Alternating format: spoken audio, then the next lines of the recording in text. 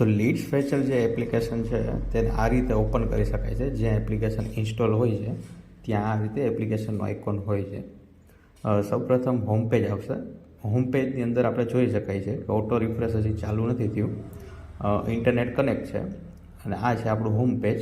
ત્યાં છેલ્લી જે રિક્વેસ્ટ હોય એનું સ્ટેટસ પણ આપણે જોઈ શકાય છે. હવે આપણે સૌપ્રથમ જોશું લાઇસન્સનું કન્ફિગરેશન.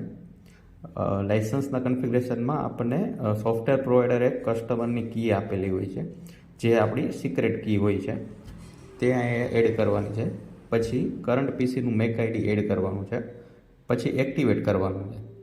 એક્ટિવેટ થઈ ગયા પછી એકવાર આપણે રિફ્રેશ કરી લેશું. ઓકે, રિફ્રેશ પણ થઈ ગયું છે, બરાબર છે. આ છે આપણું લાઇસન્સ કન્ફિગરેશન. લાઇસન્સ કન્ફિગરેશન થશે પછી જ આપણે આપણી લીડનું સેટિંગ કરી શકશું, બરાબર. સેટિંગ માટે આપણે ઇન્ડિયા માર્ટની જે કી હોય છે એપીઆઈની, એ કી અહીંયા આપણે નાખવાની રહેશે. પછી ઓટો રિફ્રેશ રાખવું છે કે નહીં એ અહીંયા આપણે સિલેક્ટ કરવાનું રહેશે, બરાબર. ડિફોલ્ટ ઓટો રિફ્રેશ રાખી જ દેવું પડે આપણે, બરાબર. પછી ક્યાંથી લીડ લેવાનું ચાલુ કરવું છે, હું અહીંયા ઓગસ્ટ લઈ લઉં છું. 1 ઓગસ્ટથી 2023થી આપણી લીડ આવવાનું શરૂ થઈ જશે અને સેટિંગને આપણે અપડેટ કરી લેશું. પછી આપણે સીધા આવી જશું હોમ પેજ ઉપર.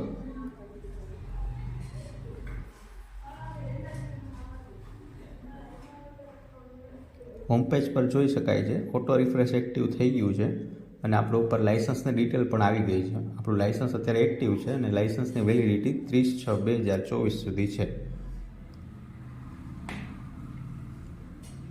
થોડીક ક્ષણોમાં આપણો ટાસ્ક 5-5 મિનિટે ફરતો હોય છે. તે ઓટોમેટિક બધી લીડ લેવાનું ચાલુ કરી દેશે. અત્યારે આપણે જોઈ શકાય છે કે છેલ્લી રિક્વેસ્ટ થઈ ગઈ છે અને 1/8થી 7/8નો ડેટા લેવાઈ ગયો છે. એ હું તમને બતાવું કે કઈ રીતે એ ડેટા આપણને જોવા મળે છે.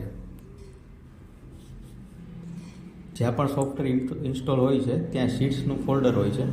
તેની અંદર યર વાઇઝ ફોલ્ડર હોય છે. યર વાઇઝ ફોલ્ડરમાં આપણને મંથ વાઇઝ શીટું હોય છે. મંથ વાઇઝ આપણને બધી ફાઇલો જોવા મળશે. આ એક્સેલ ફાઇલ કે જેમાં આપણે બધી લીડનો ડેટા જોવા મળશે.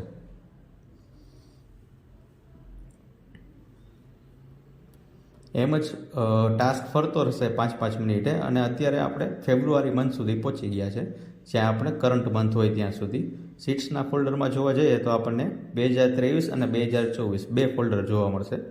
2023માં આપણે ઓગસ્ટથી ચાલુ કર્યું હતું લેવાનું, એટલે ઓગસ્ટ, સપ્ટેમ્બર, ઓક્ટોબર, નવેમ્બર અને ડિસેમ્બર 5 મંથના ડેટા આવી ગયા છે. અને 2024માં જાન્યુઆરી ને ફેબ્રુઆરીનો ડેટા આવી ગયો છે. અત્યારે હું તમને ફેબ્રુઆરીની ફાઇલ ઓપન કરીને ડેટા બતાવું છું કે કઈ રીતે ડેટા હોય છે. લીડનું આઈડી હોય છે, કયા સમયે ઇન્ડિયા માર્ટમાં લીડ જનરેટ થઈ હતી, કસ્ટમરની ટાઈપ હોય છે, name, company, mobile, email, address, city, state, country, pin code, પ્રોડક્ટનું નામ, પ્રોડક્ટમાં કંઈ મેસેજ આપ્યો હોય કસ્ટમરે, કઈ કેટેગરીની આપણી પ્રોડક્ટ છે, બધી વસ્તુ આપણને અહીંયા એક્સેલમાં ઓટોમેટિક ડેટા આવતો જાય.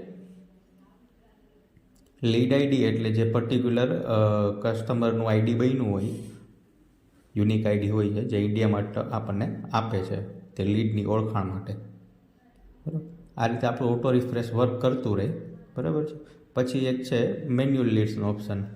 મેન્યુઅલ લીડ્સનો ઓપ્શન શું કામ કરશે તો કે આપણને ક્યારેક ભૂતકાળનો ડેટા ખેંચવો હોય, બરાબર, તો આપણે 7 દિવસની રેન્જનો ગમે તે ડેટા લઈ શકીએ છીએ.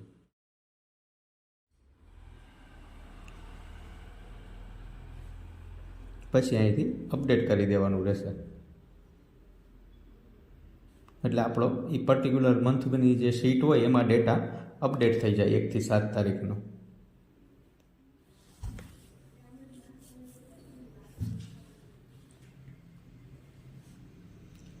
એક્ઝિટના બટનથી આપણે એપ્લિકેશનને એક્ઝિટ કરવી તો કરી શકીએ છીએ.